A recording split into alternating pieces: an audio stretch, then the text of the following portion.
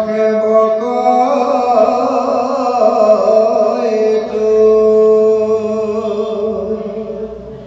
রাজা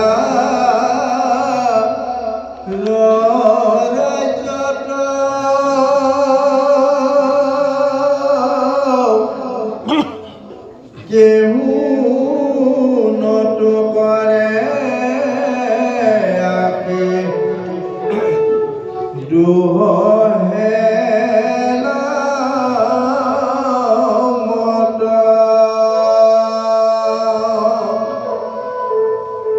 যদি নেবে করে তোমা হাক হেন দণ্ড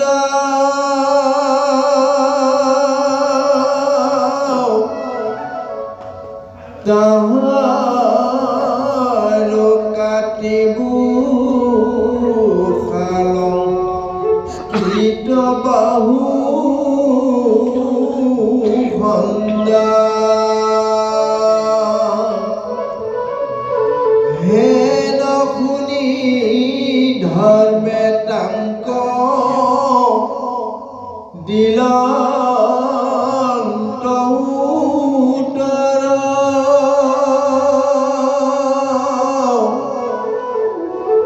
কি কহিবু কথা মই তোমাৰ বংশৰ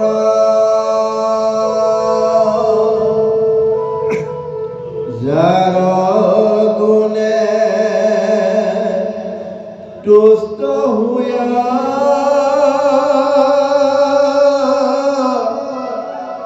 বসুদেৱ সুত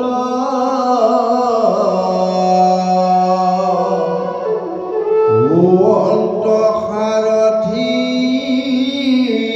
কত সভা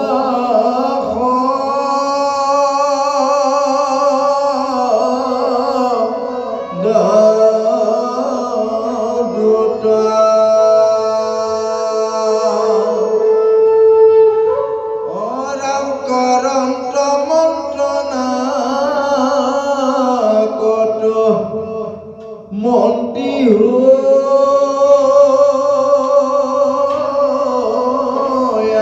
হতে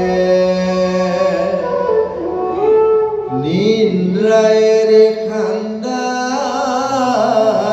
ধরে রাখি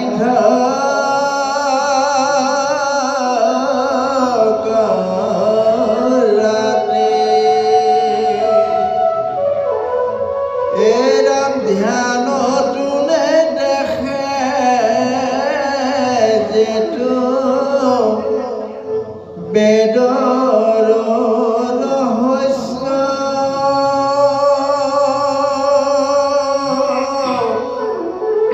অকরিলন্ত তাহা গোপন দব বংশে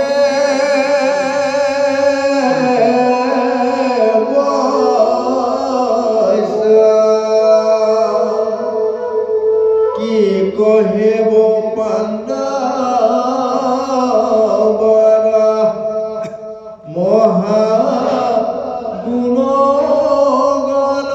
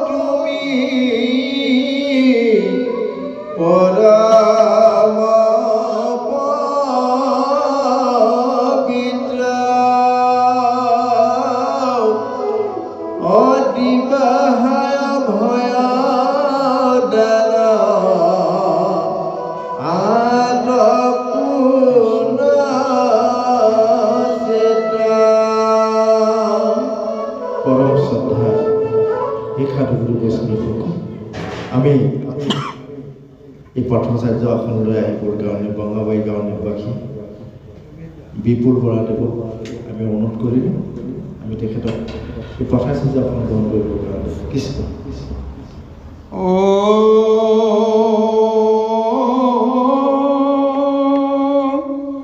নারায়ণ নমস্কৃত নরোষ্ণব নরোত্তম দেবী সরস্বতী ব্যাস ততু জয় মুদিরয়ত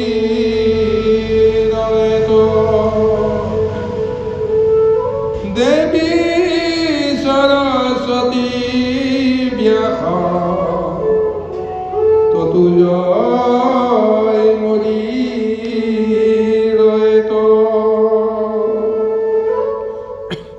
পরম শ্রদ্ধার গুরু সমস্ত ভক্তিপ্ৰাণায় মাতৃ সমস্ত সবাৰ শ্ৰী ঈশ্বৰত আমি কোটি কোটি পৰিবাৰ সেৱা জ্ঞাপন কৰি আপোনাক সবে দিয়া যি গৰুৰ দায়িত্ব সেই দায়িত্ব আমি নতশিৰে স্বীকাৰ কৰি আসনত উপবিষ্ট হৈ পদৰ লগত সংগতি ৰাখি মহাভাগৱতৰ কিছু কথা আলোচনা কৰি জানিতে অজানিতে অনেক দুখ ত্ৰুটি নিশ্চয় হ'ব সমস্ত দুখ ত্ৰুটি আপোনাক সবে নিজৰ দাসৰো দাস বুলি গণ্য কৰি যেন কৃপা কৰে তাৰ কাৰণে সবাৰ শ্ৰী ঈশ্বৰত আমি পুনৰবাৰ কোটি কোটি সেৱা আৰু ভক্তি ভৰা প্ৰণিপাত জ্ঞাপন কৰিছোঁ এই গুৰু সমস্ত আই মাতৃ সমস্ত অতি সুন্দৰভাৱে মহাভাগৱতৰ এক বিশেষ আখ্যান আৰম্ভ হৈছে স্বৰূপতে ক'বলৈ গ'লে এই আখ্যানেই হৈছে মহাভাগৱতৰ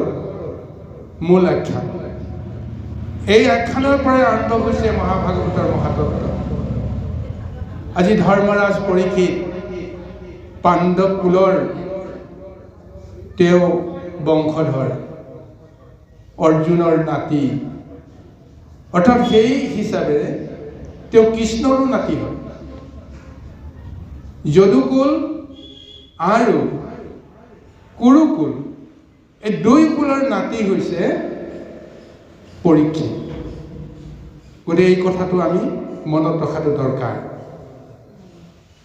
যে যদু আৰু কুৰুকুলৰ মহাসংযোগতহে আজি ভাৰতৰ যি মহাযুদ্ধ হৈছে আৰু সেই মহাভাগৱতৰ মহাযুদ্ধতেই ধৰ্ম ৰক্ষাৰ সমস্ত দায়িত্ব ভগৱন্তে পালন কৰিছিল আৰু সেই কুৰু আৰু যদুকুলৰ মাজতেই গীতাখনৰ সৃষ্টি হৈছিল এই কথাটো আমি নিশ্চয় মনত ৰখাটো প্ৰয়োজন আছে বাৰু যি কি নহওক যেতিয়া কৃষ্ণ বৈকুণ্ঠলৈ গুচি গ'ল কৃষ্ণ বৈকুণ্ঠলৈ যোৱাৰ পিছত ধৰ্মৰাজ যুধিষ্ঠিৰে বা পঞ্চ পাণ্ডৱে যেতিয়া চিন্তা কৰিলে য'ত কৃষ্ণ নাই আমাৰ কোনো কাম নাই কৃষ্ণৰ সহায়তহে তেওঁলোকে ইমান দূৰলৈকে আগবাঢ়ি আহিছিল কৃষ্ণৰ কাৰণতে তেওঁলোকে সাগৰ পৃথিৱী ৰজা হ'ব পাৰিছিল সেই কৃষ্ণ গুচি যোৱাৰ পিছত তেওঁলোকে বুজি পালে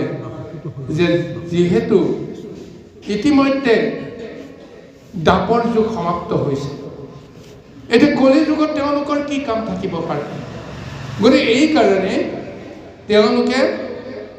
তেওঁলোকৰ একমাত্ৰ বংশধৰ অৰ্জুনৰ নাতি অভিমন্যু পুত্ৰ উত্তৰাৰ গৰ্ভত কৃষ্ণৰ দৰ্শন হৈছিল সেইজন তেতিয়া শিশু প্ৰায় একেবাৰে সৰু ল'ৰা আছিল শিশু ল'ৰা আছিল কিন্তু তেওঁকে বংশধৰৰ ৰূপত যুধিষ্ঠিৰে যেতিয়া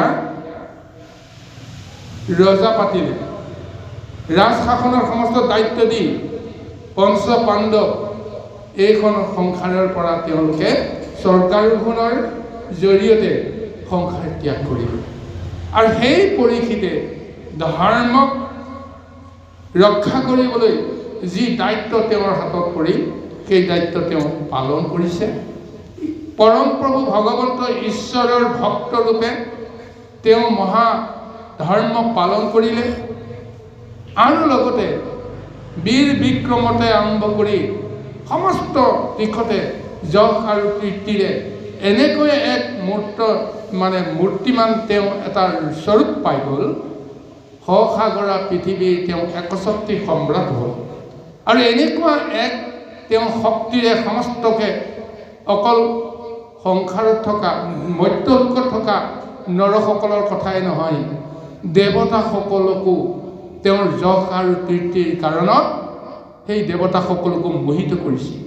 অৰ্থাৎ দেৱত্ব শক্তি তেওঁ পাইছিল আৰু সেই কাৰণতে তেওঁ ৰথৰ চকাবলৈ মাটিতেই নপৰে। যেতিয়া তেওঁ ৰাজ্য পৰিভ্ৰমণ কৰিবলৈ যায়, এখন ৰথত অকলশৰে যেতিয়া তেওঁ ৰথ চলাই যায়, পৰীক্ষিতৰ ৰথৰ চকা ভূমিত নপৰে, পৰীক্ষিতৰ ৰথৰ ঘোঁৰা আকাশী পথেৰি উৰা মাৰি গুচি যায়। অৰ্থাৎ দেৱতাসকলে আকাশেদি বিমানতে ঘূৰি ফুৰাৰ শক্তিখিনি পায়। অৰ্থাৎ সেই পৰীক্ষিতেও মনুষ্যৰে ৰূপে তেওঁ ধৰ্ম কৰ্ম সমস্তখিনি তেওঁ পালন কৰি কি কৰিলে, তেওঁ দেৱতাসকলৰ মহাশক্তি যেন তেওঁ পাই গ'ল।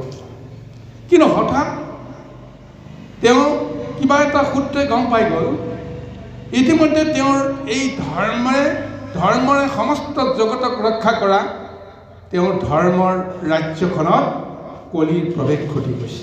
অৰ্থাৎ কলিযুগ যিহেতু আৰম্ভ হৈছে, এই কথাটো সকলোৱে জানে। আৰু সেই কলিৰ প্ৰৱেশ ঘটি ক'ৰবাত নহয় ক'ৰবাত কলিয়ে অঘটন ঘটাবৰ কাৰণে তেওঁ প্ৰযত্ন কৰিছে। এই কাৰণে ৰজা পৰীক্ষিতে কলিক বিচাৰি কলিৰ সন্ধানত এখন ৰথেৰে অকলশৰে তেওঁ চাৰিওফালে পৰিভ্ৰমণ কৰিবলৈ যাওঁতে এতিয়া পদত উল্লেখ কৰিছে যে কুৰুক্ষেত্ৰ নামৰ যিখন মহা তীৰ্থ ৰূপত মহাপুণ্যভূমি আছিল, সেই কুৰুক্ষেত্ৰৰ সমীপতে এটা আচম্বিত দৃশ্য এটা তেওঁৰ চকুত পৰিল। ভাবি তেওঁ গা নমবলৈ শিয়ৰি উঠিছে। তেওঁৰ এই ৰাজ্যত যিটো দৃশ্য তেওঁ কোনোদিন কল্পনা কৰা নাছিল, অথচ তেনেকুৱা এটা দৃশ্য দেখিছে যে এজনী একেবাৰে শুকাই খিনাই যোৱা গাই গৰু আৰু এটা ষাঁড় গৰু। ষাঁড় গৰুটোৰ অৱস্থাটো বেয়া, তেওঁৰ স্বাস্থ্য পাতি তেনে ক্ষীণ, কিন্তু দেখা গৈছে যে তেওঁৰ সেই ষাঁড় গৰুটোৰ তিনিখন ঠেং, আমি এতিয়া জন্তু হিচাপত ক'বলৈ গ'লে ঠেং বুলি ক'ব লাগিব, আৰু ভক্তিভাৱেৰে আমি ঠেং বুলি ক'ব নোৱাৰোঁ, এইটো ভৰি বুলি ক'ব লাগিব, চৰণ বুলি ক'ব লাগিব। তিনিখন চৰণ কোনোবাই কোবাই ভাগি পেলালে। আৰু দেখা গৈছে যে কোনোবাই অন্যখন এখন মাত্ৰ চৰণ আছে, সেইখন চৰণকো যেন কোনোবাই ভাগিবৰ কাৰণে কোবাই আছে। আৰু ভয়ত বিতত হৈ এতিয়া তেওঁ পৰিত্ৰাণৰ কাৰণে উপায় বিচাৰিছে, পোৱা নাই। আৰু সেই সময়তে ধেনুৰূপী পৃথিৱী মাতৃয়ে গাই গৰু এজনীৰ ৰূপ লৈ আহিছে। আৰু সেই গাই গৰুজনীক দেখা পাই আজি সেই ষাঁড় গৰুৰূপী যিজন প্ৰকৃতপক্ষে সেয়া যে ধৰ্মৰ এক ৰূপ, এই কথাটো পিছতহে জনাজনি হৈছে। বাৰু যি কি নহওক, এই অৱস্থাটো দেখা পাই তেওঁ এনেকৈ তেওঁ ম্ৰিয়মান হৈ গৈছে। তেওঁ ভাবিব পৰা নাই যে মোৰ দৰে এজন কৃষ্ণৰ ভক্তৰ মহা যি ধৰ্ম ৰক্ষাৰ দায়িত্বত আছে, সেই ৰাজ্যত কোনোবা এটা জীৱই ইমান কষ্ট কৰি থাকিব। তাতে বুজি পাইছে যে এওঁলোকে নিজে নিজে কষ্ট ভোগ কৰা নাই, এওঁলোকক কোনোবাই কষ্ট ভোগাইছে। কিহৰ কাৰণত মোৰ এই ৰাজ্যত এনেকুৱা কিছু জীৱই অশান্তি পাব লগা হৈছে? তেতিয়া তেওঁ বুজি পালে যে স্বৰূপতে এওঁলোক নিশ্চয় সাধাৰণ গাই বা ধেনু বা ষাঁড় গৰু নহয়, নিশ্চয় অলৌকিক কিবা এটা শক্তি তেওঁলোকৰ লগত আছে। সেইকাৰণে প্ৰণিপাত জনাই তেওঁলোকক সম্বোধন কৰি কৈছে, কোৱা কোন তোমালোক, কোনে তোমালোকক এনেকুৱা দুৰ্দশাগ্ৰস্ত অৱস্থা কৰিলে? মোৰ ৰাজ্যত কাৰ সাহস আছে এনেকুৱা এক মহা দুৰ্বৃত্তৰ দৰে কৰ্ম কৰা? মই তাক এই মুহূৰ্ততে ধৰি মেলি একেবাৰে তেওঁক শেষ কৰি দিম, উচিত তেওঁক দণ্ড দিম, ইত্যাদি ইত্যাদি। তেওঁ যিটো আশ্বাস এই ষাঁড় গৰুটো আৰু গাই গৰুজনী এনেদৰে আশ্বাসিত কৰাৰ পিছত এতিয়া ষাঁড় গৰুটোৱে তেওঁ মাত লগাইছে যে হে মহাৰাজ, মই জানিছোঁ যে আপুনি ধৰ্ম অৱতাৰ আৰু মই কোন, তুমি সেইটোকো তুমি জানি লোৱা। মই আচলতে ষাঁড় গৰুৰ ৰূপ এটা লৈ মই তোমাক দেখা কৰিবৰ কাৰণে ৰৈ আছোঁ। কাৰণ ধৰ্মৰ নামৰ কোনো এটা অস্তিত্ব এইখন সংসাৰত তেতিয়ালৈকে বা আজিলৈকে নিৰ্দিষ্ট এটা মূৰ্তি নাই যে ধৰ্ম কি, ধৰ্ম কাক কয়। যেনেকৈ আমাৰ এটা নাম আছে, নামৰ এটা পৰিচয় আছে, এই পৰিচয়ৰ সৈতে আমি কাৰোবাক দেখা দিব পাৰোঁ যে মই অমুক। কিন্তু এইখন সংসাৰ ধৰ্ম আছে, কিন্তু ধৰ্মৰ ৰূপটো আমি অনুভৱ কৰিব পাৰোঁ, কিন্তু ধৰ্মৰ ৰূপটো আমি দেখা পাব নোৱাৰোঁ। কিন্তু যিহেতু জাগতিক ৰূপত পৰীক্ষিত এইখন দেশৰ বা শ পৃথিৱীৰ ৰজা, তেওঁৰ ওচৰতে প্ৰজা হিচাপে সকলোৰে দুখ বেদনাবিলাকটো জনাব লাগিব। গতিকে এইকাৰণে ধৰ্মই এটা ৰূপ লৈ ষাঁড় গৰুৰ ৰূপত আজি পৰীক্ষিতক দেখা দিবৰ কাৰণে যেন ৰৈ আছে। তদ্ৰূপ এই পৃথিৱী মাতৃও স্বৰূপতে আমি এটা সম্পদ বুলি, প্ৰাকৃতিক এটা সম্পদ বুলিয়ে আমি হয়তো গণ্য কৰোঁ। কিন্তু ইয়াৰো যে এটা চেতনা আছে, ইয়াৰো এটা যে ৰূপ এটা আছে, ইয়াৰ মূৰ্তি এটা আছে, এই অৱয়বটো আমি কোনো কাৰণে ভাবিব নোৱাৰোঁ। কিন্তু পাৰমাৰ্থিকভাৱে ধৰ্মই যেনেকুৱাকৈ এটা পৰিচয় দিব লাগে, পৃথিৱীও ঠিক তেনেকৈ এক পৰিচয় দিব লগা। গতিকে সেইকাৰণে তেওঁ ধেনু ৰূপা হৈ তেওঁ পৰিচয় দিবৰ কাৰণে ৰৈ আছে। অৰ্থাৎ তেওঁৰ দুখ বৃত্তান্তবিলাক এতিয়া ৰজা হিচাপে পৰীক্ষিতক জনাব লাগিব। সেইকাৰণে পৃথিৱীয়ে ধেনু ৰূপ লৈছে, এগৰাকী গাই ৰূপ লৈছে, আৰু ধৰ্মৰ নামৰ এই মহাশক্তিটোৱে বিষৱৰ এটা ৰূপ লৈ এতিয়া যিটো তেওঁলোকৰ দুৰ্দশাপূৰ্ণ অৱস্থা, এই অৱস্থাটোক ৰজাৰ আগত দেখুৱাবৰ কাৰণে এইটো স্বৰূপ দেখুৱাইছে। দেখুৱাই কৈছে যে ৰজা হিচাপে পৰীক্ষিতক তেওঁ উচ্চ প্ৰশংসা কৰিছে। যিটো বংশত তেওঁলোকৰ জন্ম হৈছে, সেই কুৰু বংশৰ যিটো যশ আৰু কীৰ্তি, এই সমস্ত জানি বুজি শুনি জগতৰ প্ৰতি স্বয়ং প্ৰভু ভগৱন্তই নিজেই বসুদেৱৰ পুত্ৰৰূপে পৰিচয় দিয়াৰ লগতে কি কৰিছে, এই কুৰুকুলৰ দাসৰো দাস হিচাপে তেওঁ সদায় কৰ্ম কৰিবৰ কাৰণে তেওঁ কিয় প্ৰযত্ন কৰিছিল?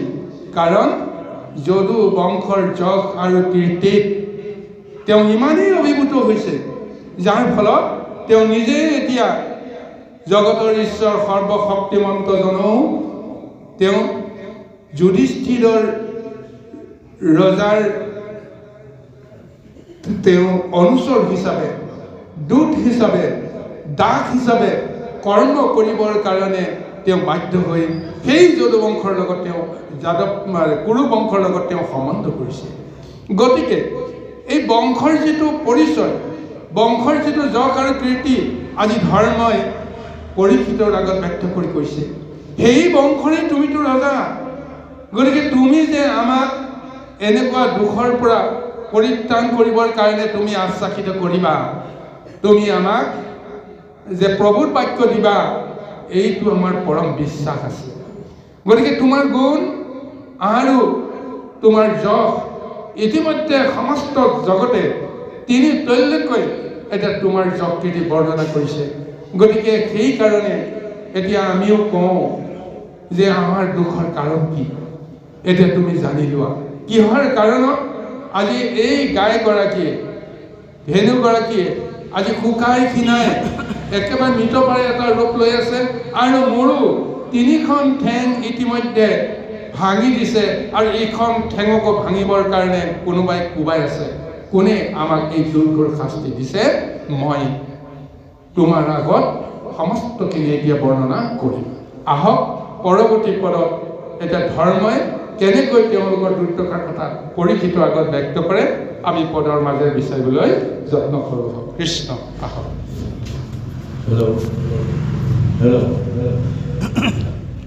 শ্ৰদ্ধাৰ ভকতবৃন্দ, ব্ৰজবোধাই মাতৃ সমস্ত, আমি এই পাঠৰ আসনৰ যোগ্য নহয়, তথাপিতো বিপুল মেধিৰ আদেশ মৰ্মে আহি আমি ইয়াত উপস্থিত হ'লোঁ। তেখেতে আমাক অকণমান সুবিধা দিয়াৰ কাৰণে আমি তেখেতক নথৈ আমি সুখী হৈছোঁ। হয়তো ইয়াতে পাঠ কৰোঁতে অনেক ভুল ভ্ৰান্তি হ'ব, আপোনালোকে আমাক শুধৰাই দিব আৰু আপোনালোকৰ চৰণ তলতে অকণ ঠাই ৰাখিব। কৃষ্ণ কৃষ্ণ।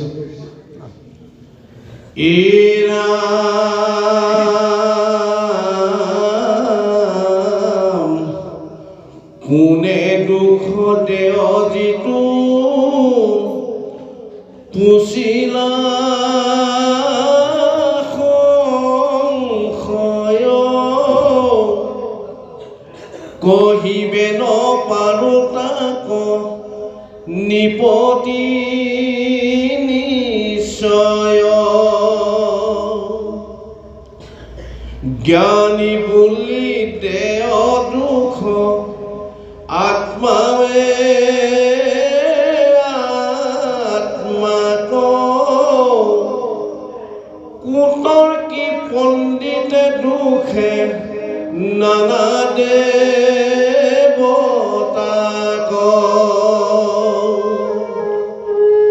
গ্ৰহে পিয় দৈৱজ্ঞৰ জ্যোতিষ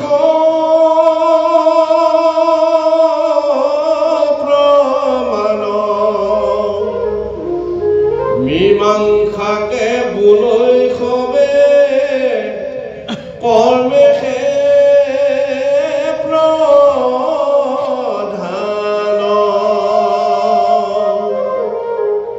এৰাম লোকাৱৰ্তী শাস্ত্ৰত স্বভাৱে সবে কয়,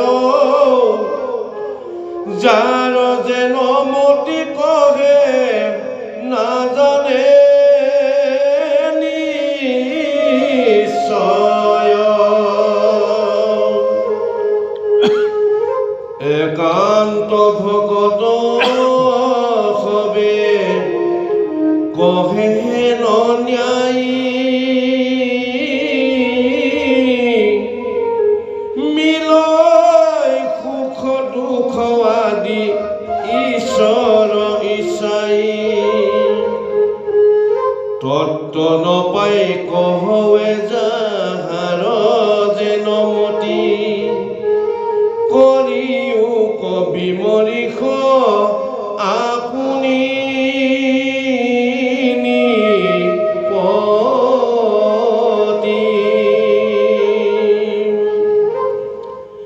এৰাম হেন শুনি পাইল ৰাজা মনত বিচাৰি, জানিলো এহেন্তে ধৰ্ম বিষৰূপধাৰী, এতেকে খেপৰ পাপ নকৰা বিদিত, কৱে যিটো হুৱে সিটো তেহে পাপ চিত। জয় কৃষ্ণ।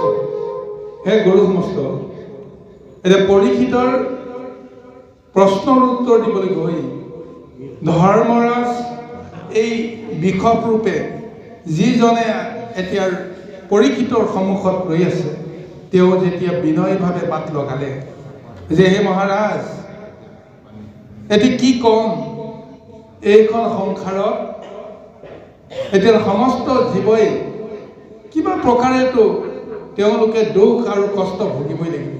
সুখ আৰু দুখ এইখন জগতত আছে।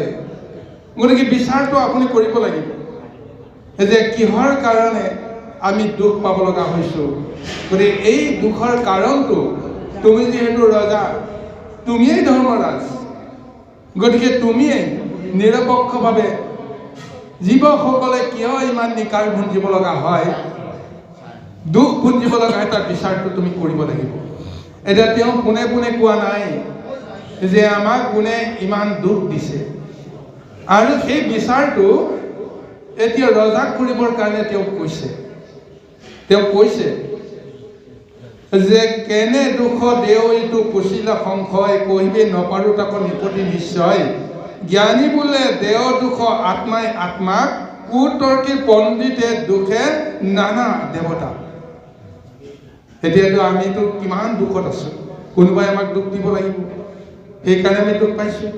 কিন্তু কোনে কাক দুখ দিয়ে, তাৰ বিচাৰটো কি কয়? যিসকল মহাজ্ঞানী লোকে কয় যে আত্মাই আত্মাক দুখ দিয়ে, তেতিয়াহ'লে তাৰ বিচাৰটো কোনে কৰিব? সমস্ত জীৱই এটা আত্মাৰূপী সত্তাৰে ৰৈ আছে। আত্মাটো আন কোনো নহয়, আত্মাটো স্বয়ং প্ৰভু ভগৱন্তই হয়। তেতিয়াহ'লে আত্মাই যদি আত্মাকহে যদি কষ্ট দিয়ে, শাস্তি দিয়ে, তেতিয়াহ'লে ঈশ্বৰক শাস্তি দিছে, তেতিয়াহ'লে মনুষ্যই তাৰ কি বিচাৰ কৰিব? কিন্তু কুতৰ্কী পণ্ডিতে কয়, যিসকলে আচল তত্ত্বটো বুজি নাপায়, নিজৰ মতটোকেই সত্য বুলি তেওঁলোকে অহংকাৰ কৰে, সেই কুতৰ্কী পণ্ডিতে নানা দেৱতাক দুখ দিয়ে।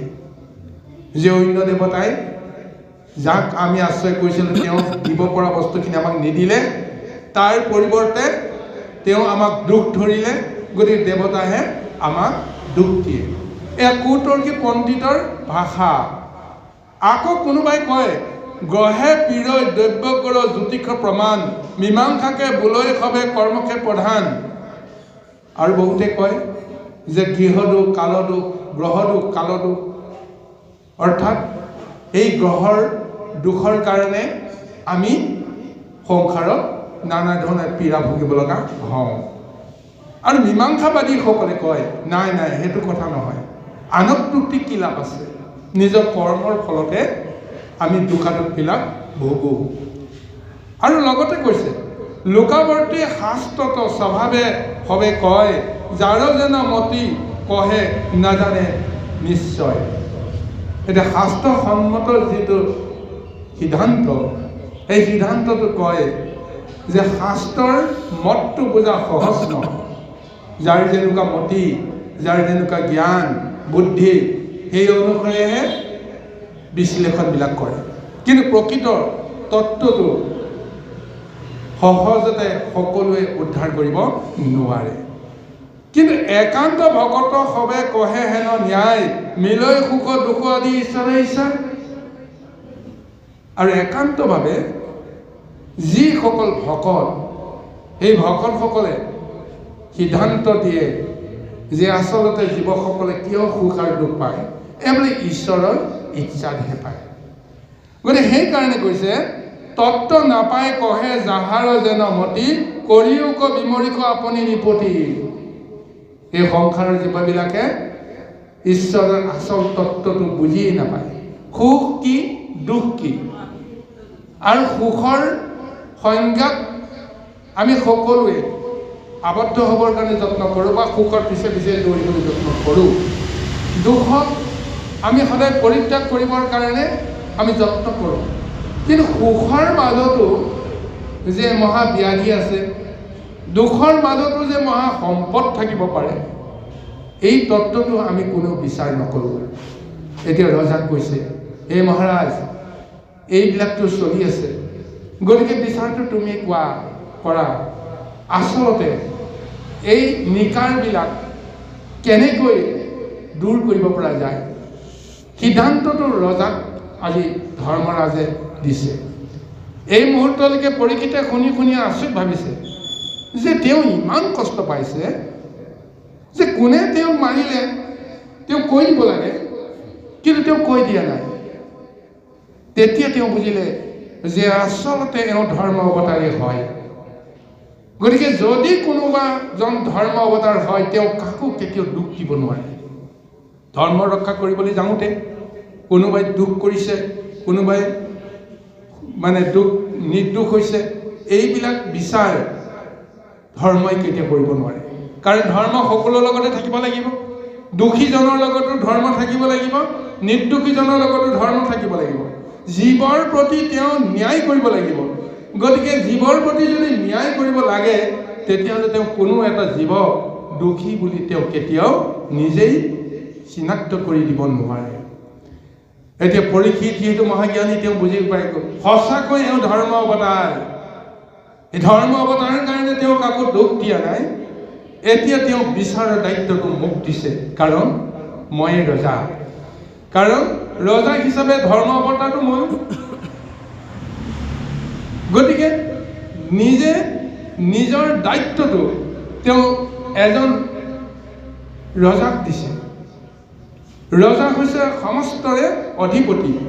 এই জ্ঞানটো দি এতিয়া দায়িত্বটো এতিয়া দিলে তেওঁ মনে মনে চিন্তা কৰিলে যে আচলতে ক'ৰ পৰা কি হ'ল। তেওঁতো মহাজ্ঞানী, জ্ঞানী কাৰণে তেওঁ চিন্তা কৰি চিনাক্ত কৰিছে যে হয় এয়া নিশ্চয় ধৰ্ম হ'ব, আৰু এইগৰাকী আন কোনো নহয়, নিশ্চয় ধৰিত্ৰী মাতৃ হ'ব বা ধৰণী হ'ব। গতিকে এওঁলোকক মই বিচাৰি ফুৰিছিলোঁ, কিন্তু এওঁলোকে আজি মোক মূৰ্তি ধৰি এতিয়া মোৰ আগত দেখা দি এতিয়া জগতত যিটো হৈ আছে মোৰ অজ্ঞাতে আজি মই তেওঁলোকৰ পৰা এই সমস্তখিনি পোৱাৰ সৌভাগ্যকণ পালোঁ। এতিয়া মোৰ সংসাৰত বা মোৰ ৰাজ্যত অধৰ্মই যেতিয়া গ্ৰাস কৰিবলৈ আৰম্ভ কৰিছে মই তাক জানিব পাৰি এতিয়া সেই অধৰ্মক মই নিষেধ কৰিবৰ কাৰণে মই এতিয়া সুযোগ এটা ল'ব লাগিব। এনেদৰে তেওঁ অন্তৰাত্মাই কিছু কথা বিবেচনালৈ লৈ আহিছে। আহক পৰৱৰ্তী পদলৈকে আমি আকৌ আগবাঢ়িছোঁ। কৃষ্ণ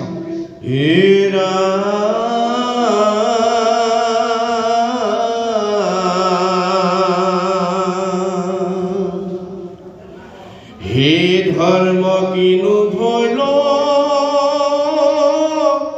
তোমাৰ বিষাদ ভাঙিলে কত পশৌচ দায়া তিনি পাদ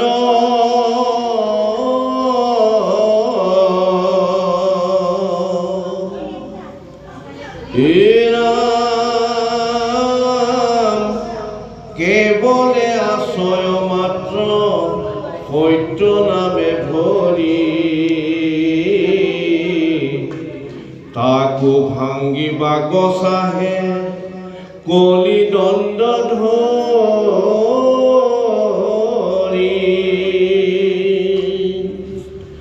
ধেনু ৰূপে জানিলোৱে হেতে বহু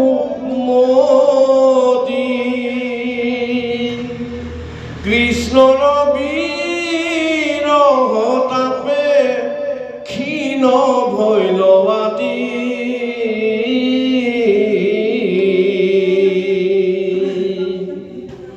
এৰাম ধ্বজ ব্ৰজ পংকজ গুচিল অলংকাৰ তাক স্মৰি কান্দন্ত খে ডৰ নাহি পা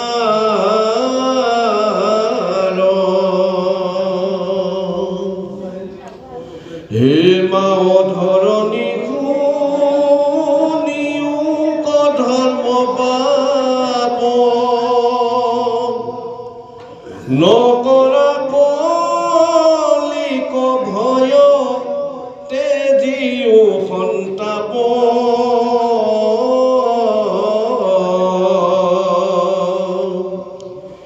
এৰাম পৃথিৱী পৰ্যতিময়ী ফুৰুৱাকে চাই পাপী কলি আউৰ মোৰ হাতৰ নেৰাই।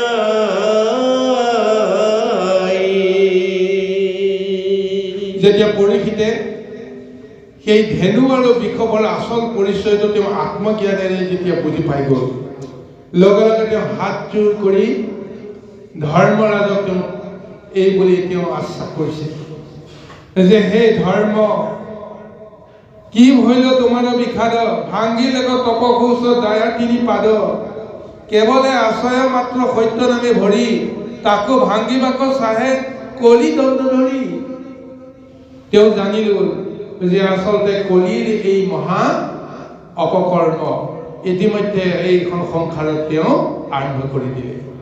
যিটো তেওঁৰ জ্ঞান চেতনাই ইতিমধ্যে সংশয়ত তেওঁ বিচাৰি পাইছিল যে মোৰ ৰাজ্যত কোনোবাই অশান্তি কৰিবলৈ আহিছে, মোৰ ৰাজ্যত কলিয়ে প্ৰৱেশ কৰি ঠাই বিচাৰি ফুৰিছে, কিন্তু সেই কলিৰ কাৰণত মোৰ ৰাজ্যত অনতি পলমে নানান ধৰণৰ দুৰ্ঘটনা হ'ব পাৰে, বিমংগল হ'ব পাৰে, অনৰ্থ হ'ব পাৰে।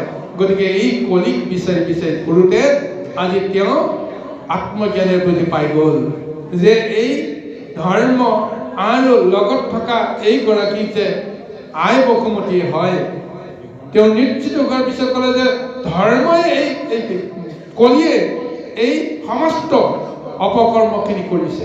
সেইকাৰণে ধৰ্মক তেওঁ আশ্বাসিত কৰি কৈছে, সেই ধৰ্মৰাজ, মই আজিলৈকে বুজিব পৰা নাছিলোঁ যে এই দুষ্ট কলিয়ে যে তোমাৰ ধৰ্মৰ যি চৰণ, চাৰি চৰণ আছিল, তপ, শৌচ, দয়া আৰু সত্য, এই চাৰিটা চৰণক লৈ তুমি সুস্থিৰ হৈ আছা সত্য যুগৰ পৰা। ঠিক তেনেদৰে এই চাৰি চৰণৰ ধৰ্ম আচৰণ কৰিয়েই তুমি কৰ্মখিনি কৰি আছা। আৰু আজি বুজি পালো, এতিয়া এই দুষ্ট কলিয়ে তপ, শৌচ, দয়া এই তিনিটা পদ ইতিমধ্যে ভাঙি পেলালে। এখন মাত্ৰ তোমাৰ চৰণ আছে যাক সত্য বুলি কোৱা যায়। এই সত্যক অনৰ্থ কৰিবলৈ কাৰণে, সত্যক অসত্য কৰিবৰ কাৰণে, চাৰিখন ঠেং ভাঙি পেলাবৰ কাৰণে দুষ্ট কলিয়ে এনেদৰে কৰ্ম কৰি আছে। আৰু ধেনুৰূপাই পৃথিৱীক কৈছে যে তোমাৰ যিটো অৱস্থা হৈছে মই বুজিলোঁ, কাৰণ দুষ্ট কলিৰ কাৰণে কৃষ্ণৰ বিৰহৰ বেদনাই তোমাক ইমান আকুলিত কৰি আছিল। তাতে এই কলিৰ কাৰণে ধ্বজ, ব্ৰজ, পংকজ অৰ্থাৎ প্ৰভু ভগৱন্তৰ যি পৰশ্ৰীহীনৰ যি মহা অলংকাৰ ইতিমধ্যে সেইবিলাক লোপ পাই গৈছে। যাৰ কাৰণত আজি অধৰ্মই মহাপাপী কলিয়ে আজি তোমাক এনেদৰে মহা যন্ত্ৰণা দিছে। এইজন কলিকে মই বিচাৰি ফুৰিছোঁ গোটেই পৃথিৱীত, গোটেই তিনি তৈলোকত মই বিচাৰি ফুৰিছোঁ, ক'ত আছে কলি, ক'ত আছে কলি, ক'ত আছে কলি। কলিক যদি মই আৰম্ভণিতে নিগ্ৰহ কৰিব নোৱাৰোঁ, নাশ কৰিব নোৱাৰোঁ, তেতিয়াহ'লে মোৰ ৰাজ্যত কোনো জীৱই শান্তিৰে থাকিব নোৱাৰে। এয়া পৰীক্ষিতৰ অন্তৰাত্মাই কৰা এটা অনুসন্ধান। আৰু তেওঁ নিজে চিন্তা কৰিছে, মইতো কলিযুগৰ প্ৰথম ৰজা হয়, গতিকে কলিযুগত মই ধৰ্ম প্ৰতিষ্ঠা কৰিবই লাগিব, ধৰ্ম ৰক্ষা কৰিবই লাগিব। আৰু কলিযুগৰ ৰজাজনে যদি ধৰ্ম ৰক্ষা কৰিব নোৱাৰে, তেতিয়াহ'লে মোৰ পিছৰ ৰজাসকলে সেই ধৰ্মৰ আচৰণটো কাৰ পৰা অনুকৰণ কৰিব?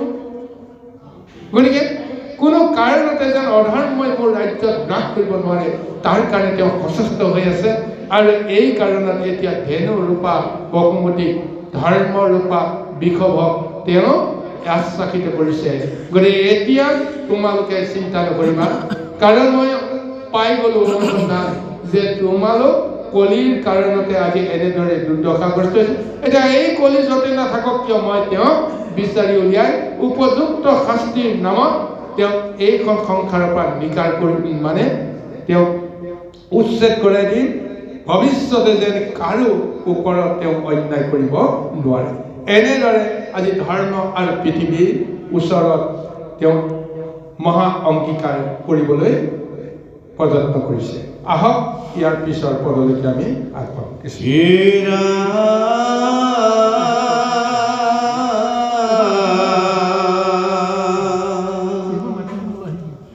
ধৰণিক ধৰ্ম কৱা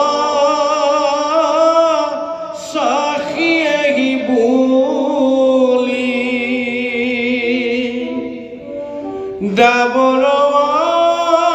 জুৰি খান্দা ধৰি লন্ত তুলি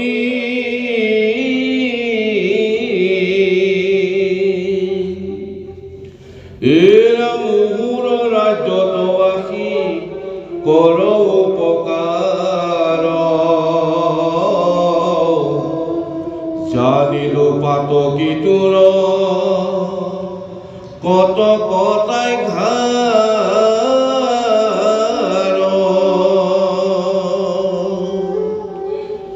হেন দেখি কলিৰ ভয়ত ধাতু যাই ৰাজসিন মানে সবে পেলাইলা সখাই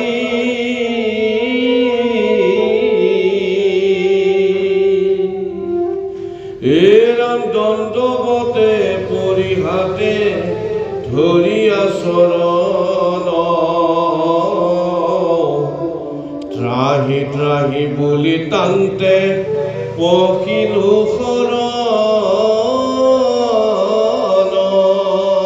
জয় কৃষ্ণ।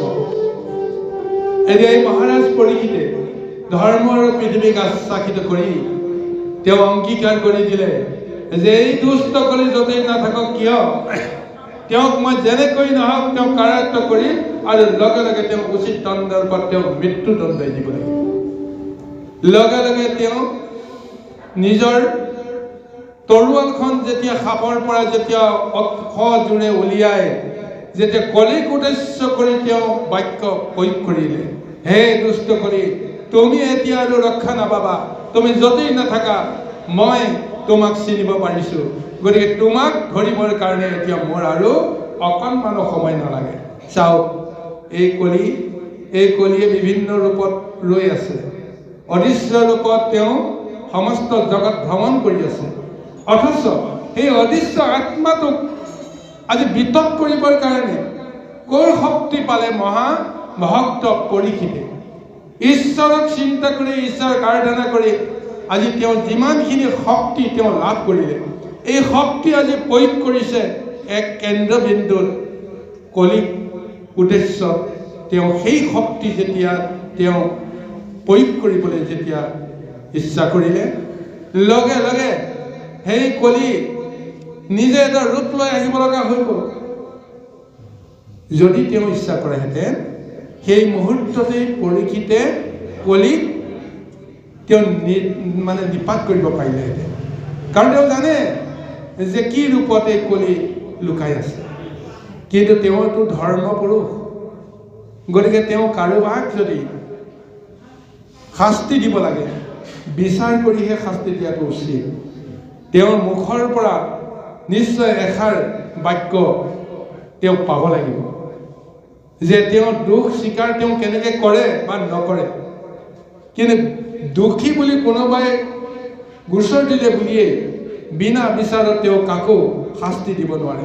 এইকাৰণে তেওঁ গৃহ অংগীকাৰ কৰি তেওঁক ওচৰলৈকে মাতিছে আৰু সেইখনতে কলিয়ে নিজৰ সমস্ত বেগ ভোষা ত্যাগ কৰি অতি ভয়ত আতুৰ হৈ তেওঁ আজি পৰীক্ষিতৰ ওচৰত তেওঁ পৰিব লগা হৈ গৈছে। তেওঁ কঁপি কঁপি আহি পৰীক্ষিতৰ চৰণত পৰি সেৱা কৰি তেওঁ পৰিচয় দিছে, মই কলি, তুমি মোক ৰক্ষা কৰা। তোমাৰ এই কুপদৃষ্টিয়ে মোক আজি এনেকৈ বিচলিত কৰিছে, এতিয়া তোমাৰ বাহিৰে মোক আৰু ৰক্ষা কৰোঁতা আৰু কোনো নাই। ঠিক এনেদৰে আজি নিজৰ প্ৰাণ ৰক্ষা কৰিবৰ কাৰণে ধৰ্মপুত্ৰ বা ধৰ্মৰাজ পৰীক্ষিতৰ চৰণত আজি কলিয়ে নিজে ধৰাও দিছে আৰু ক্ষমা ভিক্ষাও কৰিছে। এতিয়া পৰীক্ষিতৰ পাল, পৰীক্ষিতে এতিয়া কি কৰিব? কলিক তেওঁ ৰক্ষা কৰিব নে কলিক তেওঁ ঘোৰ দণ্ড দিব? কাৰণ ৰজা আৰু ধৰ্ম দুয়োটাৰ শক্তি পৰীক্ষিতৰ লগত আছে।